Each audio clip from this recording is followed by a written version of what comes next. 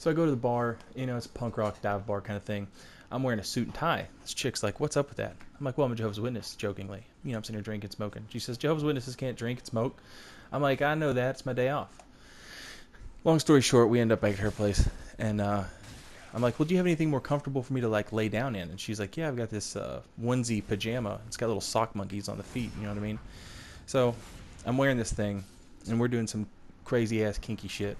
And I look down and I see these sock monkeys on my feet, and they're like looking back up at me. And it was sort of like my childhood looking back up at me. Like, is this what we've become? Is this what we do now? Hey everybody, welcome back to Stream of Consciousness Invasions. I'm your host, Saint Riot.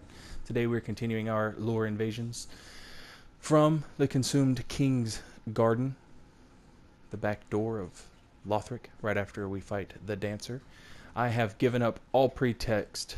I've given up all pretense of doing fucking... I'm not dressing up. I'm just not. I want to invade. I'm sorry. Fuck me. I'm using the obscuring ring. Deal with it. But we're still going to talk about lore. And I feel like that's the big important part. You know what I mean? So come with me if you will. And if you won't, then fuck right off. I'm trying to integrate Astora's Greatsword into this build. You guys know parry spammers just give me no end of fucking grief. Just the Cestus parry spammers. And it's not even that it catches me. You know what I mean? Fuck that. Let's not talk about that. Let's talk about lore. All right. So what enemies do we come across here? We come across the Pus of Man. And dude, shout out to Jerk Sans Frontiers. If you guys aren't familiar with his YouTube channel, you should go do so immediately. Jerk Sans Frontiers, JSF. My boy kept it on lockdown at Bloodborne. That dude is he's a lore king. He has a new video out called The Bastard's Curse. It's been out for a minute. I meant to talk about it in both of the last two invasions I did, and I forgot on both occasions. And I made sure to make a note for me to say something. I don't know where the host is at, but he's got to come down this elevator at some point. So we're going to hide. Anyway, he talks about the Pus of Man. And we got a blue incoming. He talks about the Pus of Man. He talks about everything. It's a good Dark Souls 3 lore video. Check it out. The Pus of Man, and I left a comment on his video saying the same thing. Here they come. It's basically the dark sigil humanity. It's leaking out of you. And fire puts it out. Whew. So here we have the clerics, the monk dudes, as Sticky Bandit calls them. And I'm hoping he decides he wants to... Here we go. He got me buffed. Now if I can keep him alive, he can heal me. And we can keep this... Boom! There it is. Oh! I probably shouldn't have... Okay. I think they left the monk alive. Foolishly. We also see Cathedral Knights here, which is how we know that they are not Cathedral Knights. They are, in fact, Lothric Knights. But these are like old school Lothric Knights. Try that parry spam again. Let's see if they put the Cestus up.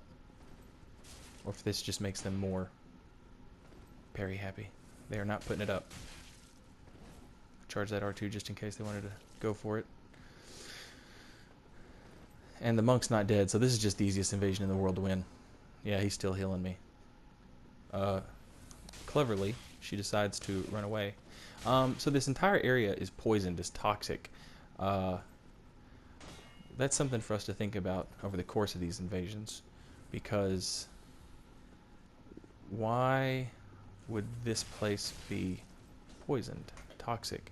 We find those little slug creatures that we also see. Ah, you guys knew what I was going for. Oh, here comes the blue. Finally made it. I'd actually forgotten all about him. He's throwing that fireball I don't like. You'll notice I'm actually paying attention to my rolls so that it doesn't lag get me. Oh, the host is going straight for the fucking boss too. Keep her busy. Keep her busy. Oh, she's gone. She's out. I was gonna say we find those little leeches that we also find in Farron Keep, which apparently, I guess there's some sort of poison feeding thing. So why would this area be poisoned? When you say consumed, typically, you get the play on words there. Consumed meaning consumed with an idea, but also eaten. We also find Osiris. He's a dragon. Are you kidding me? Did they not notice? I don't think they noticed.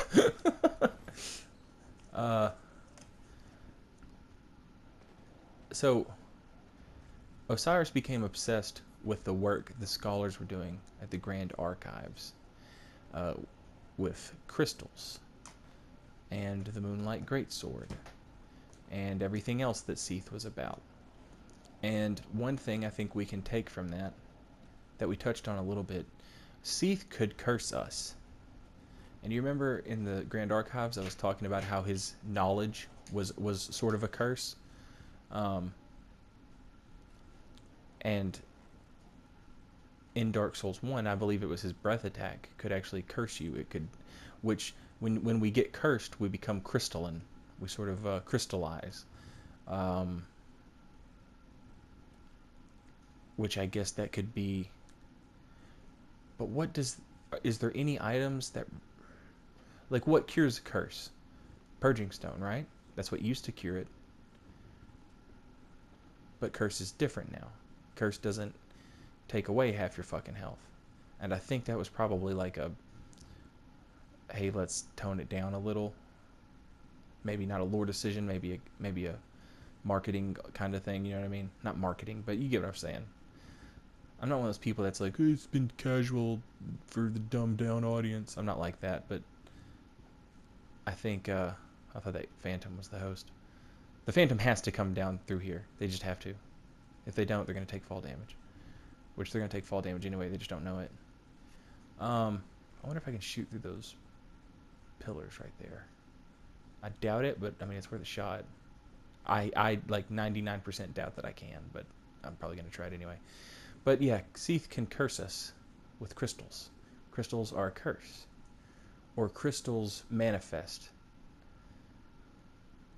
They're the physical manifestation of a curse. Are crystals. But crystals also seem...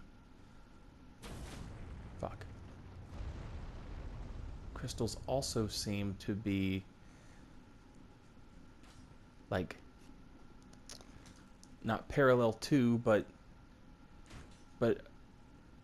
perhaps related to ice. Sorceries and ice, crystals. And ice keeps the rot at bay. So the rot is moving in. The rot is moving in his garden, and he's turned towards Seath's study of crystals, perhaps, to keep it at bay. Is that what's going on?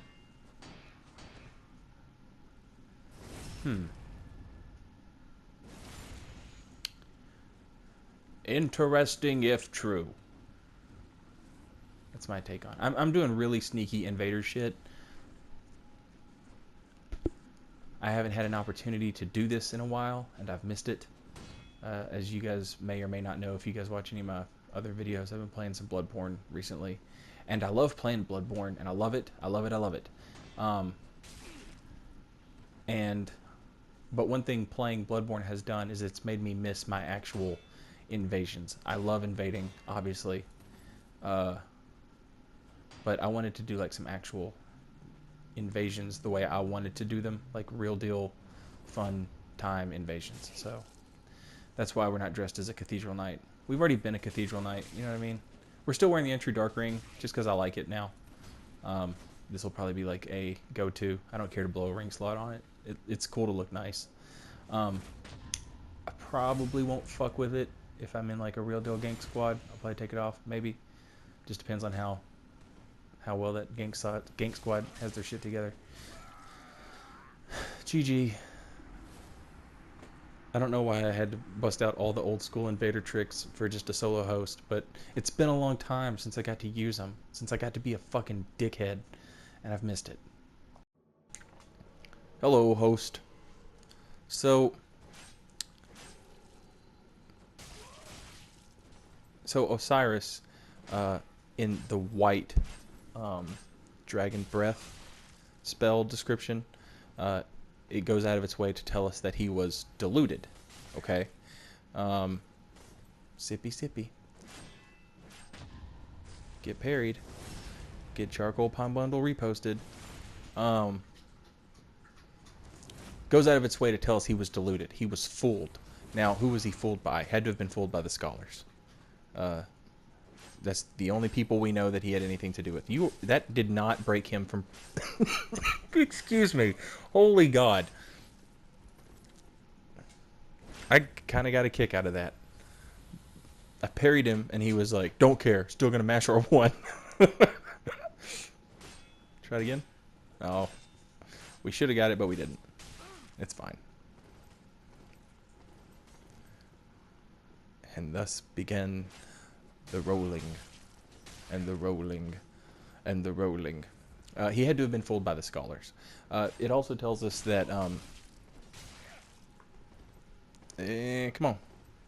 It uses the word edified. Something about, get smashed on.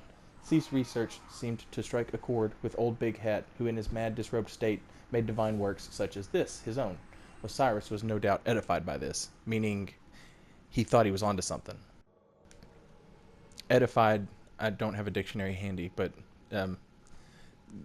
basically means he felt it proved his point. It justified what he was doing.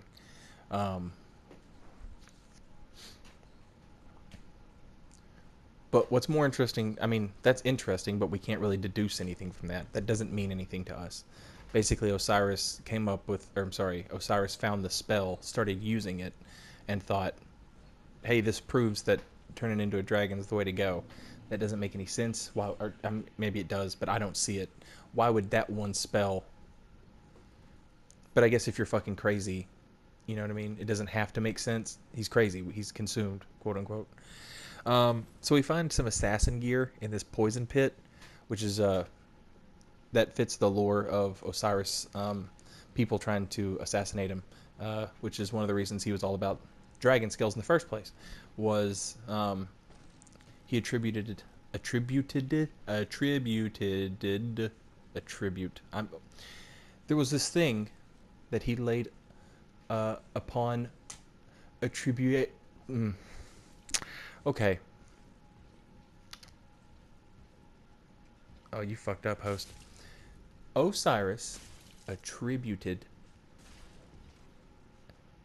his legacy, his staying alive, to a dragon scale, which he used to prevent backstabs, or it reduces the damage from backstabs. We find some assassin's gear down here in the poison pit. Now, who was trying to assassinate Osiris? That's where it can get interesting. Would you stop? All right. See, this is perfect. This is a perfect opportunity for a Store's Greatsword. Keep rolling, bitch.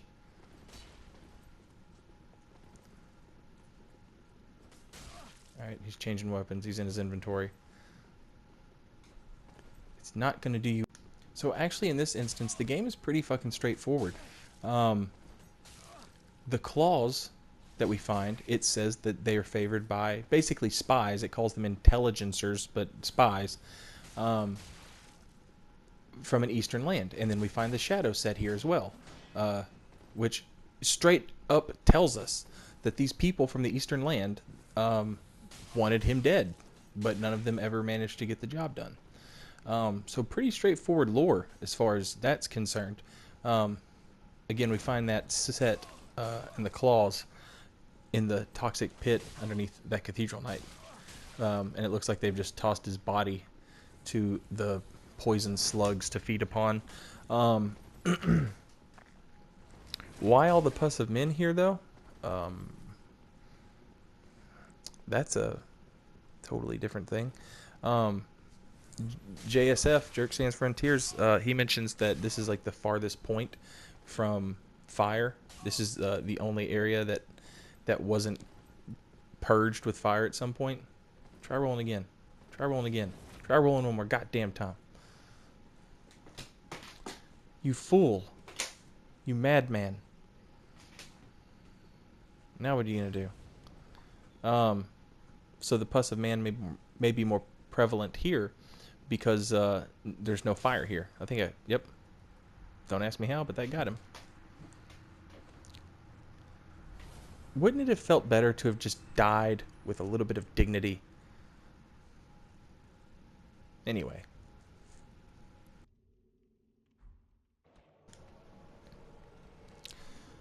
The pus of man. Huh. It has, like, we don't find them in the profaned capital, which was burned. We don't find them in the undead settlement, which has, hello, which has,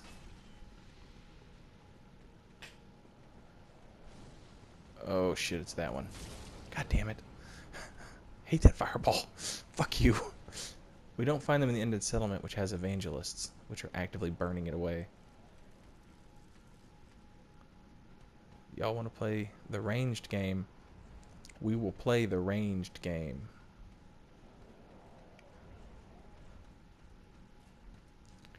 You could make a point that maybe it has something to do with the toxicity of the area, but we don't find any in Fair and Keep either, to my knowledge. Do we? I don't believe we do. I can't think of any. All I can think of is Grooves. Oh, he fucked up. He has fucked up. This is divide and conquer. Like, this isn't even a challenge anymore. Unless this dude's really good. And he just got ate alive by a straight sword. He's about to be toxic. And he's a wizard. Yep. See, this is what happens when you miss parries. You can't... It's such a bad idea to... Whoa! It's such... That's what I was expecting. I was actually about to talk shit. I was going to say it's such a bad idea to try and do predictive parries with a medium shield. And then I immediately went for it. Because everybody always follows up that spike throw with the lunging poke. And he didn't. He followed it up with another dart throw. But whatever. Divide and conquer. That's invading at its finest.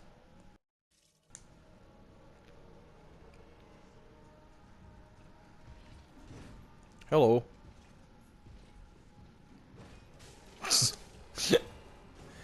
Oh man. Y'all are ignorant. Come on. There you go. Just go fight the boss. There's no shame. There's no shame in it.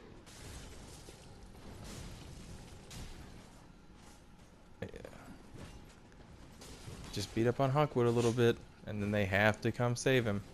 Because God knows you need Hawkwood for this fight. And I should have some backup momentarily. There he is.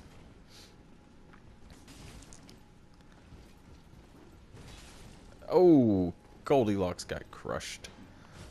Hey, guess what? You're dead. Yeah, you better run. Good luck with Osiris. GG. This is a really tough place to invade. I went over this, and I started to actually in one of my old videos. I remember I started to talk about why it's such a hard place to invade, and I didn't finish my thought. And then in Schwa Akari's latest video, Schwa mentions that this is a rough place to invade, and it's because it's so small and it's so quick. You can just, if you have the shortcut unlocked, you can just bolt through this motherfucker. And I've never done this. We gotta leave a message. We just have to. I don't want the exclamation points though, because that fucks up the ellipses. There we go.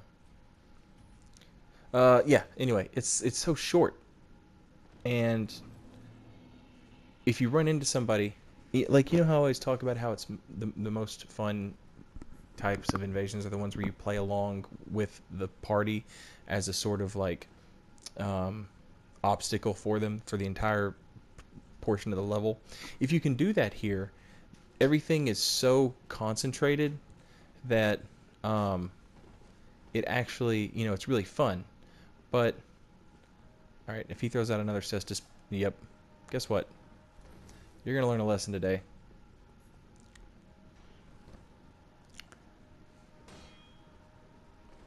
You got any more parries? Yeah, you do.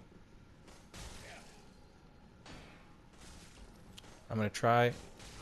I'm fat rolling, but I don't have time to fix it. Fuck it. Whatever. That works.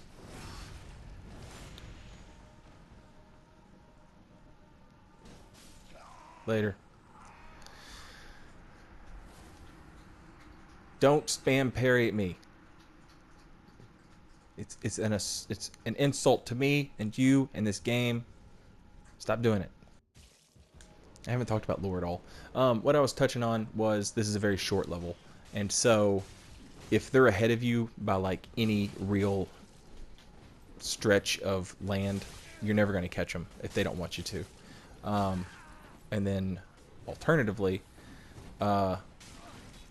if you catch them at the beginning of the level, this is almost too easy. Just because the toxic, the knights, the pus of man, this is a really tough area if you catch them at the beginning of it. Which is not related to lore at all in any way, shape, or form. Really, that's all I got. What are your guys' thoughts? Because I got nothing. I'll see you guys next time.